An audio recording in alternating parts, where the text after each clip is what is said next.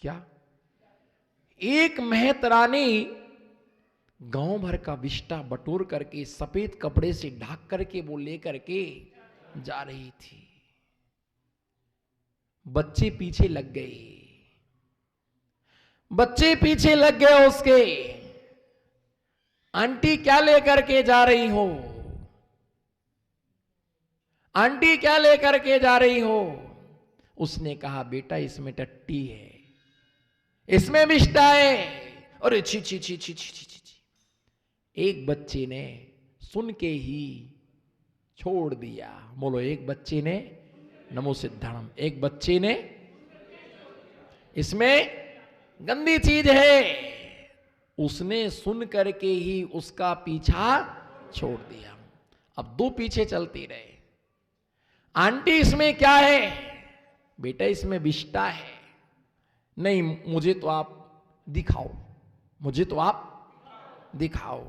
उसने टोकना नीचे उतारा और थोड़ा सा खोल करके दिखाया। छी छी छी छी छी, इसमें गंदगी है।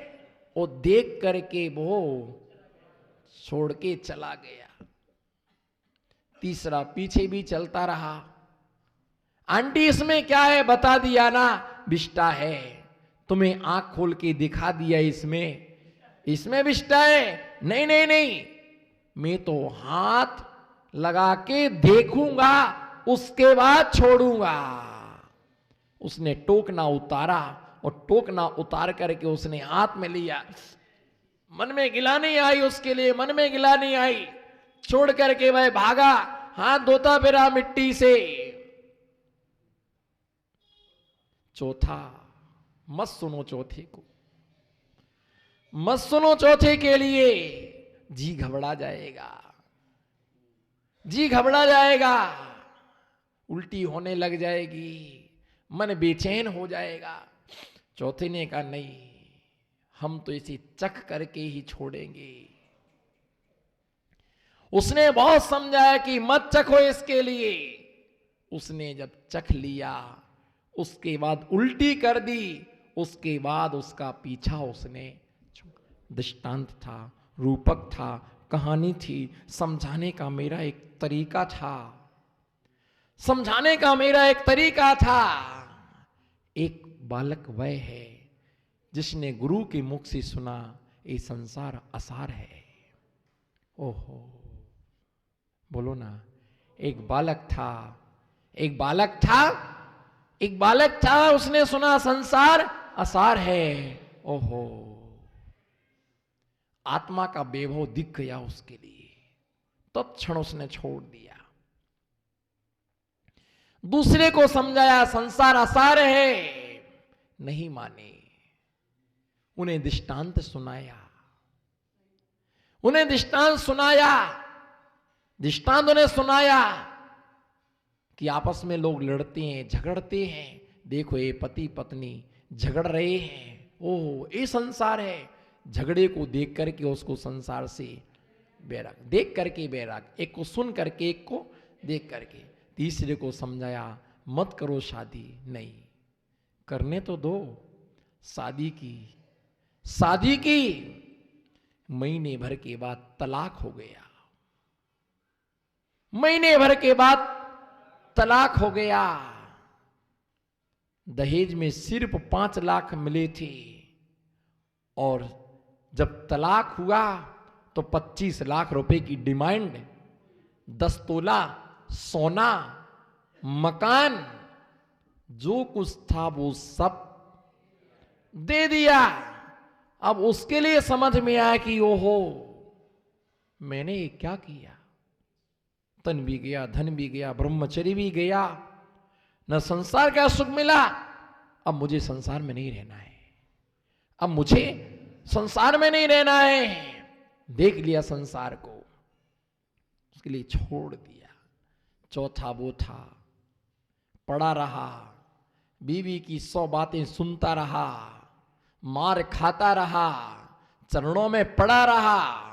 बीवी ने कई बार कह दिया निकल जा घर से, निकल जाओ घर से, दुष्ट कहीं का, पापी कहीं का, लुटेरा कहीं का, डाकू कहीं का, उसके बाद में भी उसके चरणों में गिरा, उसके उसके चरणों में पड़ा, उसकी जी हजूरी करता है, उसके बाद में भी संसार नहीं छोड़ पा रहा।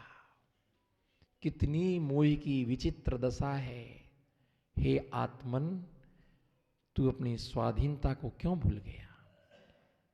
तू एक पत्नी का पति बना बैठा है, तेरे अंदर 3 लोक का अधिपति बनने की शक्ति तेरे अंदर है। आज यदि मैं संसारी होता तो मैं भी स्त्रियों के चरणों में पड़ा होता, लेकिन आज मैं सन्यासी हूं, दुनिया की सारी स्त्रियां मेरे चरणों में पड़ी हुई। तुम अपनी सत्ता के लिए कहां भूले हो? संसार, शरीर, भोग निबिन्ना, इनसे निवृत्त हो, इनसे निवृत्त होना। मैं तो ये कह रहा हूं रत्नकर्ण श्राप का चार की 137 नंबर की श्लोक की साक्षी में, पटवारी साहब, मैंने कभी सपने में भी विचार नहीं किया कि मैं संसार में फंसूंगा, कभी विचार नहीं किया। निसर्ग वैराग्य है, निसर्ग वैराग्य है। अंतस्त में यही चल रहा था कि बस मुझे कौन तारेगा, मुझे कौन तारने वाला होगा। मैं तलाश में था, मुझे कौन पार करेगा, मुझे कौन संस्कारित करेगा। और जब से वो छवि मैंने देखी, जब से मैंने वो छवि देखी, बस वही वैराग्य का अंकुर, वो विराग की छवि देखी और विराग का अंकुर फूट पड़ा और घर से नाता टूट गया और सारा आरंभ परिग्रह छूट गया, सारा आरंभ परिग्रह छूट गया। बस मुझे तारने वाले वही थे और उन्होंने मुझे तार दिया, उन्होंने मुझे तार दिया। और देखो, ये ध्यान रख के चलना, लाखों मुनियों के दर्शन करना, हजारों मुनियों के दर्शन करना, जहां तुम्हें परम तृप्ति की प्राप्ति हो, समझना मेरी आत्मा का कल्याण यही होगा। मैं गारंटी से कहता, सब मुनियों को देख करके एक जैसा भाव नहीं बन सकता है, नहीं बन सकता, नहीं बन सकता, नहीं बन सकता। 1008 बार बोलो तो बोल दूंगा, नहीं बन सकता। जब मेरा भाव एक जैसा नहीं बनता, तुम कौन सी खेत की मूली हो? जहां तुम्हें देख करके ओहो आनंद के फव्वारे फूट पड़े, समझ जाओ कि मेरी आत्मा का उद्धार तो यही होना है। सांसों की टूटी माला, पता नहीं वो लाइनें बार बार दिमाग में गूंज रही। सांसों की टूटी माला, अपने हुए पराए, और गुरुदेव के वचन फिर रह रह के याद आए। गुरुदेव के वचन फिर रह के याद आए। संसार शरीर भोग निबिन्ना, कभी नहीं सोचा कि संसार में फंसूंगा, कि मैं शादी करूंगा, कि मैं बहुत बड़ा मालिक बनूंगा, बहुत बड़ा मकान बनाऊंगा। नहीं, एक ही भावना थी, थाली में नहीं, कर पात्र में ही लेना है। वस्त्रों में नहीं, निर्ग्रंथ पना में ही जीना है। और मकानों में नहीं, संत निवास में ही रहना है। गाड़ियों में नहीं, पद विहार ही करना है। और जल्दी की तो उतना आनंद हमने पा भी लिया, उतना आनंद हमने। अब तुम सोचो कि वो आनंद हमारे लिए मिल जाए तो 3 काल में भी संभव।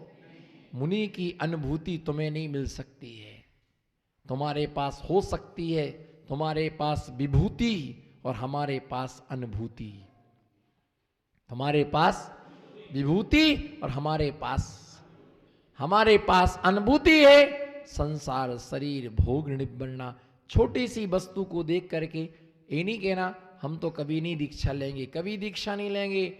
जिस समय वैराग्य होगा उस समय पता नहीं चलता, 3 चीजें झटके से होती हैं।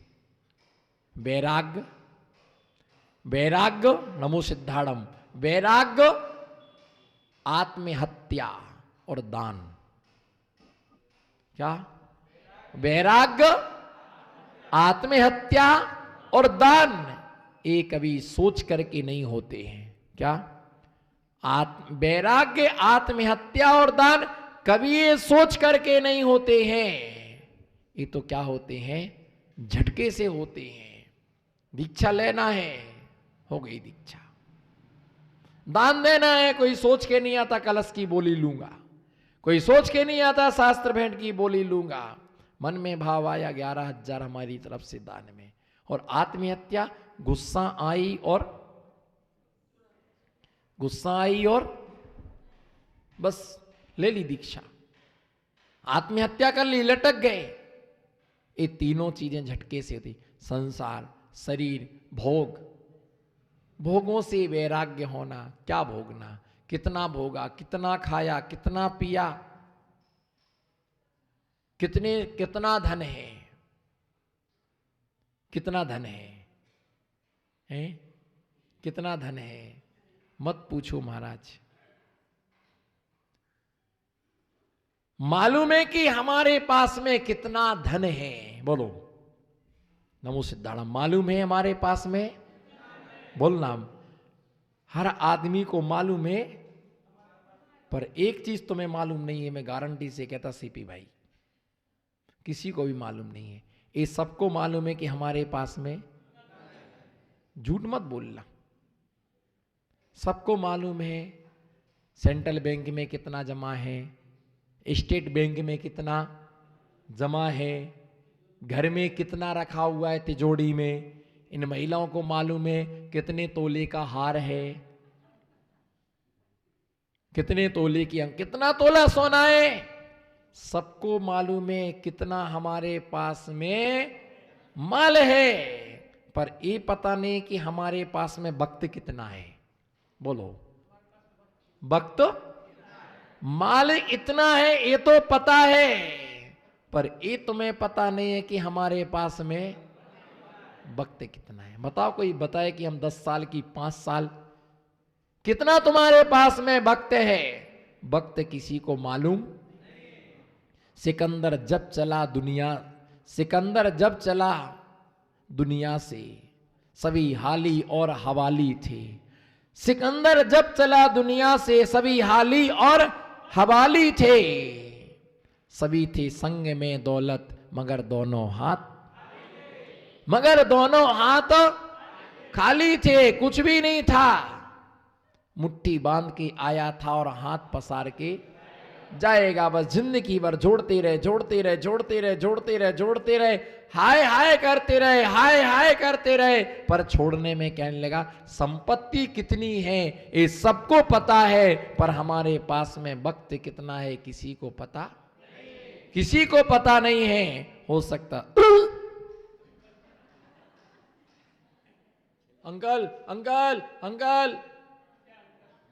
अंकल तो भूत बन गए, अब कंकाल बचा है। अंकल तो गए, कंकाल बचा है। क्या बचा है? कंकाल बचा हुआ है। अंकल तो, जिसे नहीं है गुरु से प्रेम, बोलो, जिसे नहीं है गुरु से प्रेम, वो आदमी सिर्फ है हड्डियों का फ्रेम। जिसे नहीं है गुरु से प्रेम, वो आदमी है सिर्फ हड्डियों का प्रेम। तो इसलिए ध्यान रख के चले, संसार, शरीर, भोग, बिरना। मुझे तो ऐसा लग रहा कि सारे लोग दीक्षा ले ले तो कितना आनंद आए। अशोक जी दुखी मत होना, मत लेना दीक्षा पर दुखी मत हो। ये तो कहो आपके मुख में घी शक्कर, बोलो ना। कई डाकू भी हैं, वो छिप गए पीठ के पीठ, पर कैमरा नजर पर है। कहां तक छिपोगे? आपको भी मुनि बनना पड़ेगा। ये ध्यान रख, सबको दीक्षा लेना चाहिए। आज नहीं तो कल। कौन बोला सब दीक्षा ले तो हार चौका कौन लगाएगा? वो डोकरी बोल रही, बोले दीक्षा ले लेंगे तो हार कौन दे? तो सबको मुनि बना दे। महाराज जी को तो बस चले तो सबको एक एक पंख दे करके सबको मुनि बना दे। हम तो दे देंगे, आप टेंशन मत लो। हम तो दे देंगे, आप टेंशन मत लो। आप लेने को रामचंद्र जी के साथ 43,000 लोगों ने दीक्षा ली थी। कितने? 43,000 लोगों ने उनके साथ में दीक्षा ली थी। 14,000 पुरुष और 27,000 स्त्रियों ने। जिस समय राम ने मुनि दीक्षा ली उस समय उनके साथ 43,000 लोगों ने दीक्षा को स्वीकार किया था। ये पद्म पुराण नाम के ग्रंथ में रविशरण स्वामी ने लिखा। संसार शरीर भोगड़े बिड़ना पंच गुरु चरण शरणऊ दार्शनिक तत्वपत ग्रहिया। जो संसार शरीर भोगों से सम्यक दर्शन से शुद्ध, संसार शरीर भोगों से विरक्त, पंच गुरु चरण से पंच परमेष्टि अरिहंत सिद्ध आचार्य उपाध्याय सर्व साधु पंच परमेष्टि भगवान की शरण में रहता है। वह दर्शन प्रतिमा का क्या है? धारी है। ऐसे नहीं कोई महाराज कहे प्रतिमा ले लो, दे दो महाराज, पहले पूछो तो इसका लक्षण क्या है? इसका लक्षण क्या है? लक्षण तो एक प्रतिमा का नहीं है, हाथ प्रतिमा का पर्चा लेके घूम रहे। लक्षण तो कई लोगों की ऐसी एक प्रतिमा, भगवान के दर्शन करना सो दर्शन प्रतिमा हो गई क्या? नहीं, जैसे दर्शन प्रतिमा का भी नियम है तो शुद्ध भोजन, शुद्ध पानी है ना, सब शुद्ध होना। दवाई नहीं खा सकते, गोली नहीं खा सकते, इंजेक्शन नहीं लगवा सकते, ये सब परहेज हो जाता। ऐसे नहीं कि भगवान के दर्शन किए सो दर्शन प्रतिमा हो गई, नहीं। पूरा नियम व्रत, पूरा सोले के कपड़े में भोजन करना, पानी पीना, बिना सोले में कुछ नहीं कर सकते। मर्यादा का खाना, मर्यादा में पीना, मर्यादा में जीना, तो ये दर्शन प्रतिमा का लक्षण होता है। किसी ने कहा दर्शन सबको आशीर्वाद, सब दर्शन प्रतिमाधारी, ठीक है, शाम को नहीं हवारा हवारनी है ना, भगवान के दर्शन करो, दर्शन प्रतिमा ऐसी नहीं होती है। जो भी नियम लो ईमानदारी से पालना, उसमें बेईमानी नहीं रखना, नियम से नियम का पालन करने से ऐसी वह दर्शन प्रतिमाधारी का विशेष विशेष लक्षण है। चूंकि ना तो श्लोक पूरा हुआ है, ना उसका अर्थ पूरा हुआ है, और ना इसका प्रवचन पूरा हुआ है, सिर्फ अभी समय पूरा हुआ है, अभी समय पूरा हुआ। अगर आप मुझे कल मौका देंगे तो इसका शेष व्याख्यान आपको मैं कल फीचर फिल्म का शेष भाग आने वाले समय में अगर पर्याय रही तो मैं आपको जरूर सुनाऊंगा, नहीं रही पर्याय तो आप समझ लेना। इसी मंगल भावना के साथ आज के वक्तव्य के लिए संपन्न करता हूँ। चलो शांतिनाथ भगवान की